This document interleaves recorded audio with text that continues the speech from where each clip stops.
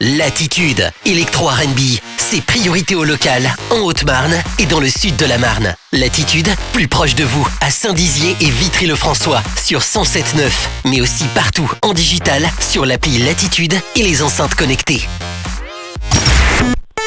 Latitude. Du 27 avril au 27 mai, Fromage Essence vous propose de déguster leur nouvelle gamme dédiée au terroir italien. Épicerie, charcuterie, fromage et antipasti seront à l'honneur. Fromage Essence, 7 route de Bar-le-Duc à Bettencourt-la-Ferrée, ouvert du lundi au samedi de 9h à 19h. Samedi 28 et dimanche 29 mai, l'école intercommunale de musique s'invite à Brion-en-Barrois pour son festival de musique actuelle. Mets du son! Au programme de ces 2 jours, du rock, de l'afro-pop, mais aussi du funk disco, avec la présence des élèves de l'école de musique et la participation des établissements scolaires du territoire. Festival gratuit, buvette et restauration sur place.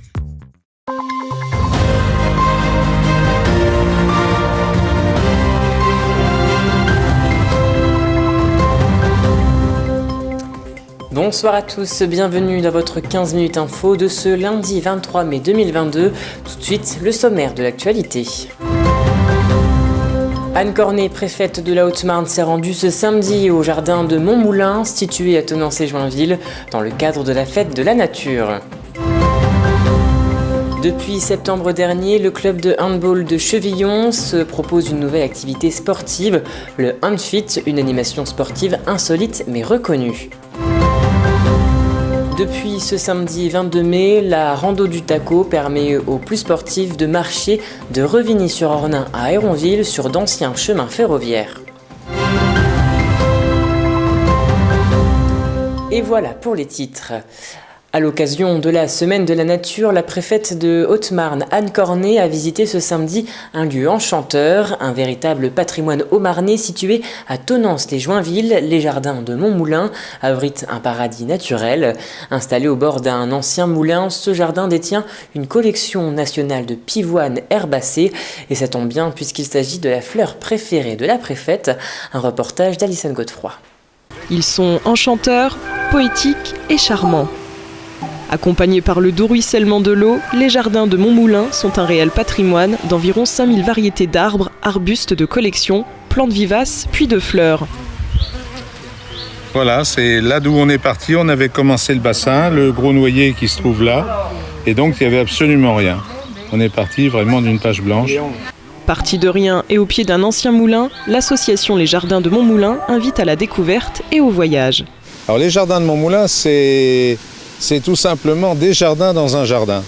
C'est-à-dire c'est des chambres différentes et des ambiances différentes avec un jardin de fleurs blanches, un cloître, un jardin médiéval, beaucoup de plates-bandes à l'anglaise, un jardin de graminées, etc. etc. Donc ce sont des chambres qui sont spécifiques à des ambiances. Et avec un cœur à bien protéger. Ouais. L'élégance. Anne Cornet, préfète de la Haute-Marne, s'est rendue sur place dans le cadre de la Semaine de la Nature. Cette fête a lieu tous les ans et dure 5 jours. Durant cette visite, elle a constaté la richesse naturelle qu'offrent ces jardins. Et j'ai appris qu'il y avait un joyau végétal en Haute-Marne et j'ai souhaité le découvrir après ces périodes où nous avons eu des relations plus rares avec la nature. Il était important pour moi d'être au cœur d'un lieu où j'ai pu trouver poésie, créativité, passion, rêve. Et j'ai pu découvrir un ensemble d'obtentions végétales absolument incroyable.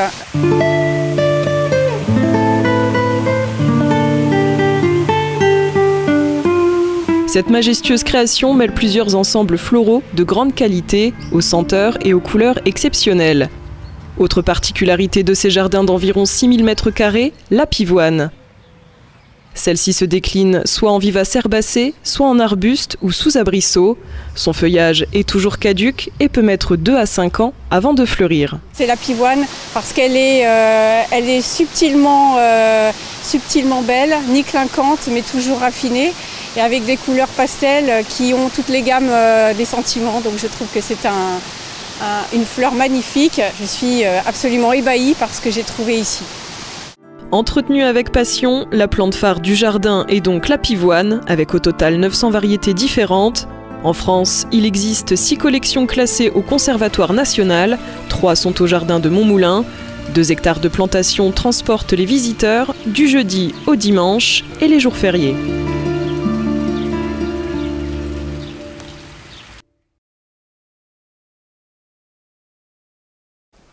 Et du sport à présent, connaissez-vous le Handfit, une nouvelle activité sportive qui allie plaisir, santé et bien-être, proposée par le club de hand de Chevillon depuis septembre dernier. Et une séance de découverte a d'ailleurs été proposée, un reportage de Manon de Fontis. Allez, stop, c'est parti! Et c'est parti pour une séance d'1 heure d'Handfit, une toute nouvelle activité sportive proposée depuis septembre dernier par le club de hand de Chevillon. Ça se débute en plusieurs phases. Il y a une phase automassage où on va se faire des automassages pour activer un petit peu les muscles pour se préparer à l'effort. Ensuite, il y a une activité un petit peu plus cardio. Après, il y a une activité aussi, tout ce qui est proprioception, jeu d'équilibre, des choses comme ça. Et puis ensuite, à la fin, c'est une activité d'automassage où on relaxe et voilà, c'est la fin de la séance. Tous les lundis de 19h à 20h, une quinzaine de personnes se retrouvent au gymnase Daniel Fourneret pour participer à cette activité conviviale et ludique. On fait du sport, on s'amuse, on passe un bon moment et puis l'ambiance est sympa, on rigole bien et puis on repart, on est tout trempé, tout rouge et on a bien transpiré donc c'est bien, ça fait du bien. D'habitude j'aime bien faire du sport etc. mais ce côté vraiment très ludique en fait, je m'y attendais pas du tout. Donc du coup c'était franchement sympa, j'ai beaucoup aimé. Ce sport s'intègre dans le plan handball et santé mis en place par la Fédération française de hand il y a quelques années. Allez, on lève bien les fesses, on respire, on tend les jambes. C'est de pouvoir maintenir un équilibre au sein de notre vie, de prendre plaisir aussi surtout. Et il n'y a pas du tout de compétition ou de performance à faire. Axé sur le sport santé, le Handfit s'adresse à toutes les personnes désirant prendre soin de leur corps. Et passons à présent à notre image du jour. Durant ce mois de mai s'est tenu le concours Lecture départementale de Haute-Marne, des livres et vous, organisé par la direction des services départementaux de l'éducation nationale avec le concours du conseil départemental de la Haute-Marne. Ce concours avait pour but de faire découvrir la littérature de jeunesse contemporaine, invitant les collégiens à lire certain nombre d'ouvrages sélectionnés et ils devaient ainsi réaliser au travers d'une maquette le titre de livre qu'ils ont étudié que vous venez de voir. Ce samedi 22, le chemin du rando du Taco a été inauguré à Robert-Espagne. À l'origine de cette idée, l'association de Robert-Espagne Les Vieux Chariots, qui avait l'habitude de restaurer des voitures hippomobiles, ce qui permettait d'emprunter les chemins de la Meuse. Un projet qui a pu se concrétiser avec la mise en place du budget participatif du département de la Meuse. Un reportage d'Elsa Jacobet. Il est désormais possible de circuler sur l'ancienne voie ferroviaire entre Héronville et Revigny-sur-Ornain. À l'origine de l'association Les Vieux Chariots de Robert-Espagne, la rando du Taco, longue de 60 km, traverse 11 villages, ce qui est un réel avantage pour le maire de Robert-Espagne. Le but du tourisme, c'est de garder quand même des gens quelques jours sur le secteur. Et puis ça va faire marcher automatiquement les hôtels, les chambres d'hôtes, comme j'ai dit, le gîte. Et puis ça fera marcher aussi le commerce local finalement. On joue à Robert-Espagne, on a tous les commerces, c'est bien. À l'hôtel-restaurant, en premier, c'est sensationnel quoi, franchement. Grâce à des QR codes placés tout au long de la balade, il est possible de consulter l'histoire des monuments de ces 11 communes. Les QR codes, c'est quelque chose qui est aujourd'hui à la pointe. Ce qui permet aux gens, avec leur smartphone, ils flashent et ils ont tout de suite toutes les informations concernant le pays. Dedans, vous allez retrouver ce que je viens de vous expliquer, l'architecture, le vécu du pays, ce qu'il y a à voir dans le pays. Ce projet a été porté par le budget participatif, ma fameuse idée. L'objectif était donc de laisser les citoyens meusiens déposer leurs idées de projet selon diverses thématiques. Un vote a donc été organisé pour garder les idées les plus intéressantes. On a eu un très gros succès puisque un peu plus de 500 idées déposées, ensuite 150 en catalogue pour le vote et 38 projets lauréats. Et donc cette démarche de la rando du Taco, elle permet vraiment de participer à l'attractivité du territoire, au développement touristique et culturel de cette belle vallée de la Sceaux. La politique du département, c'était de remettre de l'attractivité dans les territoires grâce au sport. Et là, on est tout à fait dans le thème, et c'est porté en plus par des gens du cru. Ça fait vraiment plaisir de voir qu'eux aussi ont à cœur de mettre en valeur ces territoires. La vallée de la Sceaux est particulièrement jolie. En plus, voilà, c'est un panel d'activités qui est proposé. On a du cheval, on a de la randonnée à pied, on a du vélo. Donc voilà, un panel d'activités très intéressant. Cette inauguration s'est clôturée par un verre de l'amitié, partagé entre les habitants et les maires des 11 communes. Il est maintenant possible de traverser la vallée de la Sceaux à pied, en vélo ou encore à cheval. Et voilà, c'est la fin de cette édition. Merci à tous de l'avoir suivi. Dans un instant, vos prévisions météo de demain présentées par Alison Godefroy. Je vous souhaite une excellente semaine à tous.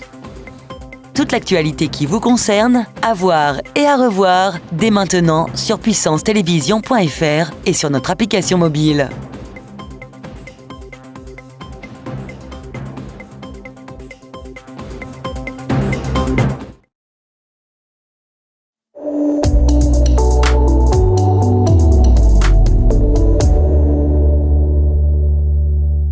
Bonsoir à tous, bienvenue dans votre bulletin météo.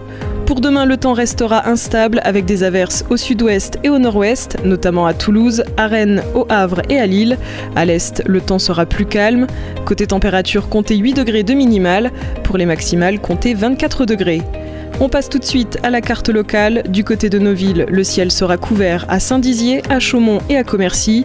Quelques coups de tonnerre seront à prévoir à Langres. Partout ailleurs, on attend des éclaircies. Côté température, pour demain après-midi, température maximale à Vitry-le-François avec 18 degrés. Demain mardi 24 mai, nous fêterons les Donatiens. Le soleil se lèvera à 5h58. Nous gagnerons encore 2 minutes de soleil. C'est la fin de ce bulletin météo. Très bonne soirée avec Puissance Télévision.